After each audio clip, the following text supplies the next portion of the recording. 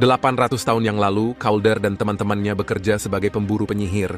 Mereka mencari penyihir yang telah mengutuk desa mereka dengan wabah hitam dan membunuh puluhan keluarga. Saat mereka sampai di tengah hutan, mereka mengetahui bahwa Ratu Sihir yang menjadi dalang semua ini. Ia membunuh salah satu teman Calder dengan mantra tawon dan membangkitkan zombie-zombie untuk menyerang mereka. Calder lalu menyalakan pedangnya dengan api untuk menghalau mereka. Pertempuran sengit pun terjadi. Sementara teman-temannya mempertahankan diri dari makhluk jahat itu, Calder mengejar Ratu Sihir. Ia menemukan sebuah mainan yang membuatnya berhalusinasi tentang keluarganya yang telah meninggal dunia. Calder menyadari ini tidak nyata, dan saat ia sadar dari ilusi itu, ia menyerang Ratu Sihir itu. Ratu Sihir lalu mendorongnya masuk ke sebuah lubang dan menjebaknya dengan akar kayu. Calder kembali menghidupkan pedangnya dengan api dan menyebabkan kebakaran besar. Ia lalu menusuk Ratu Sihir itu dan membunuhnya. Sesaat sebelum Ratu Sihir itu mati, ia mengutuk Calder dengan kutukan abadi, sehingga ia akan hidup selamanya dalam kesepian yang menyiksa. Sampai dengan zaman modern ini, Calder masih hidup dan bekerja sebagai pemburu penyihir. Saat ini ia sedang di pesawat.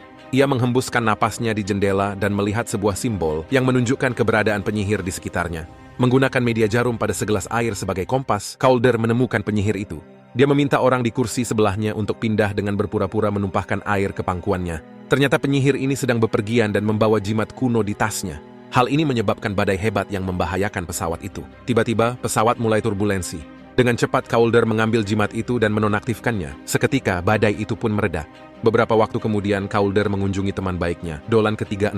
Dia bekerja untuk sebuah organisasi yang sama di mana Calder bekerja. Dia mengungkapkan bahwa saat ini penyihir masih eksis dan diizinkan untuk hidup bersama manusia selama mereka tidak menggunakan sihir mereka. Calder baru turun tangan apabila diperlukan untuk menjaga perdamaian. Dolan ke-36 akan segera pensiun setelah 50 tahun bertugas. Jadi Calder memberinya sebuah pena antik untuk merayakannya. Calder juga tahu bahwa temannya itu telah memilih Dolan ke-37, seorang pemuda yang telah disumpah untuk menjaga Calder.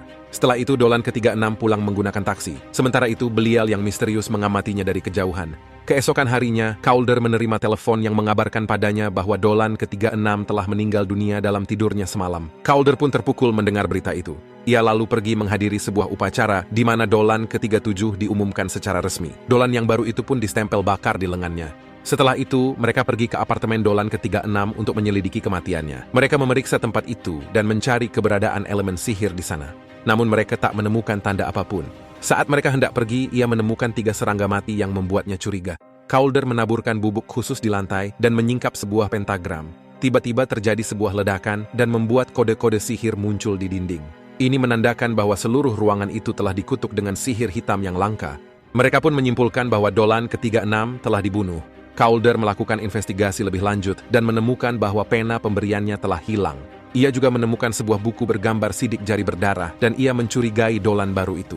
Dolan itu lalu menunjukkan tangannya yang terbakar untuk membuktikan kalau ia tak bersalah. Ia pun bercerita, saat ia masih kecil, beberapa penyihir membakar rumahnya dan Calder lah yang telah menyelamatkannya dari kebakaran itu. Setelah itu, mereka pergi ke toko roti setempat dan menerobos masuk ke dapur. Di sana para koki sedang memasak dengan bahan-bahan yang menjijikkan. Seorang penyihir kuat bernama Max sedang berada di sana. Ia adalah seorang pengedar narkoba. Max pun mencoba melarikan diri menggunakan sihir kupu-kupu saat mendengar Calder tiba. Tetapi Calder menghalanginya dan menangkap kupu-kupunya dengan sebuah botol. Max mengatakan bahwa dia tidak tahu apa-apa tentang penggunaan sihir gelap.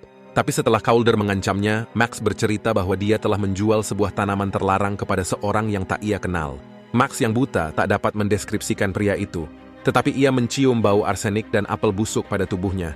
Calder lalu menyuruh Dolan pulang demi keselamatannya, lalu ia pergi menyelidiki kasus itu sendirian. Hal ini membuat Calder menduga bahwa pembunuhnya berada di sebuah rumah jenazah yang dekat dengan pohon apel. Sementara itu, seorang bocah terkejut menemukan jejak permen jeli di jalanan. Ia mengikuti jejak itu hingga menemukan sebuah pohon permen jeli yang indah di dekat sebuah rumah. Di sana, Belial sedang mengawasinya. Saat bocah itu mengambil permen itu, Calder menghentikannya dan mengungkap bahwa itu sebenarnya adalah apel busuk. Rumah itu lalu berubah menjadi rumah tua. Saat Calder masuk, ia menemukan seorang anak gadis yang ketakutan. Calder lalu mendekatinya dan mengetahui bahwa sebenarnya ia adalah seorang penyihir yang bernama Elik. Elik lalu menyerang Calder dengan menusuk tangannya kemudian kabur. Luka Calder dengan cepat sembuh. Ia mengejar Elik, melemparkan pisau dan menancapkannya di dinding. Calder menemukan pena pemberiannya ke Dolan. Ia lalu memukul Elik sampai pingsan dan membawanya ke Dewan Penyihir. Dolan ke-37 pun emosi dan memukul Elik karena telah membunuh Dolan ke-36. Ketua Dewan Glacier lalu menggunakan mantra kartu untuk membuktikan Elik bersalah. Ia juga mengabaikan Calder saat Calder bilang bahwa Elik tak mungkin bekerja sendiri, mengingat mantra kuat yang digunakannya. Glacier memanggil makhluk menyeramkan yang dikenal sebagai The Sentinel, lalu tanpa ragu ia menyerahkan Elik padanya untuk dimakan. Saat itu Calder melihat serangga mati di pakaian Glacier yang mengingatkannya pada sesuatu. Ia memeriksa jenazah Dolan ke-36 menggunakan ukiran lilin untuk membuktikan keberadaan sihir padanya. Calder memeriksa leher Dolan dan menemukan serangga lain.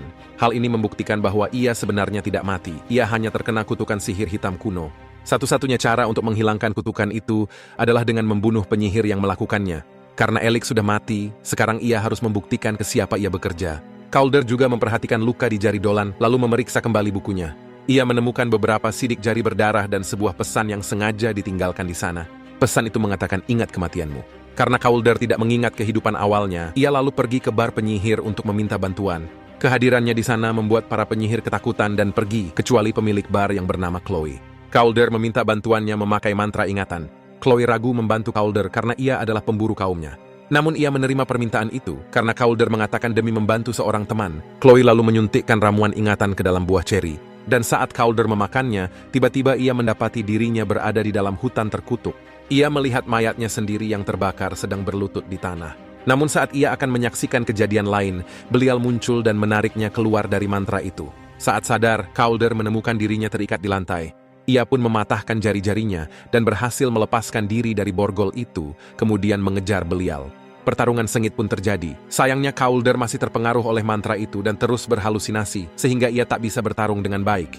Belial menggunakan mantra api dan membakar bar Chloe. Sementara itu, Chloe membangunkan Calder dari halusinasinya. Calder mengira Chloe adalah ratu sihir, lalu mencekik lehernya. Tapi Chloe segera meniupkan bubuk mantra sihir ke Calder dan membuatnya sadar. Calder lalu mencoba menangkap Belial lagi, tapi Belial membuka portal lubang akar dan menghilang. Chloe berusaha memadamkan api yang membakar barnya, namun sia-sia. Dan ia pun sangat kesal karena menanggung rugi akibat insiden itu. Chloe kesal dan marah pada Calder. Kemudian pada malam harinya, Chloe mendengar suara aneh di apartemennya dan tiba-tiba semua lampu meledak. Lubang akar muncul di lantai dan menyeretnya masuk ke neraka. Chloe berusaha melepaskan diri dari cengkeraman akar sekuat tenaga. Ia lalu melihat tangan Calder datang membantunya. Chloe tak sadarkan diri. Beberapa saat kemudian, ia bangun dan mendapati dirinya telah berada di katedral. Calder dan Dolan ke-37 sedang menyelidiki Belial dan ia meminta bantuan Chloe lagi.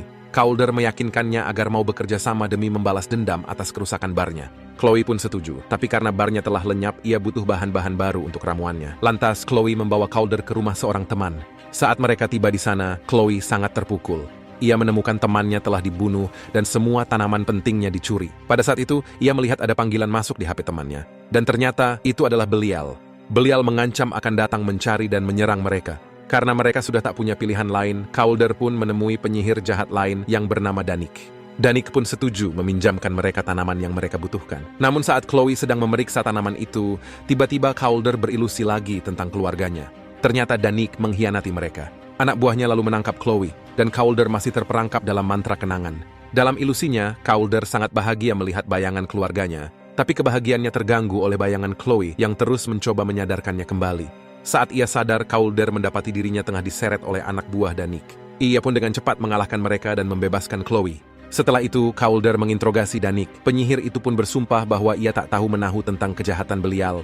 Ia lalu meminta Calder mengembalikan tanaman miliknya lagi. Calder pun memutuskan untuk pergi tanpa menghukumnya. Sementara itu, Chloe membalas perlakuan Danik dengan menghancurkan permata magis miliknya. Dan seketika, wajah cantiknya berubah menjadi jelek.